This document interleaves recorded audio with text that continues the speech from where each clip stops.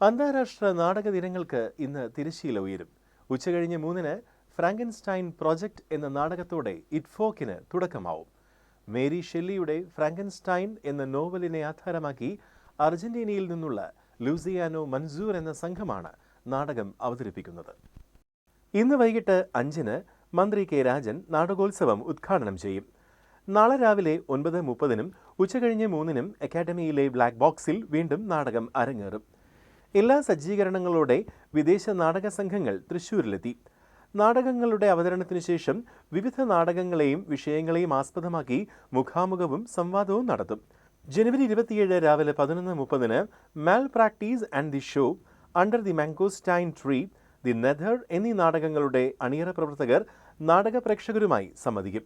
ഉച്ചയ്ക്ക് 1:30-ന് നടക്കുന്ന പരിപാടിയിൽ പ്രശസ്ത ഗുജറാത്തി നാടകകൃത്തും സിനിമാ സംവിധായകനുമായ ദക്ഷിൺ ഝാര സംസാരിക്കും. ദിവസവും രാവിലെ 9:30-നും ഉച്ചകഴിഞ്ഞും നാടകങ്ങൾ ഉണ്ടായിരിക്കും. നാടകോത്സവം കാണാനെത്തുന്നവർക്ക് നാടകവും ഡോക്യുമെന്ററിയും കണ്ടു മടങ്ങാം. ഡോക്യുമെന്ററി പ്രദർശനത്തിലേക്കുള്ള പ്രവേശനം സൗജന്യമാണ്.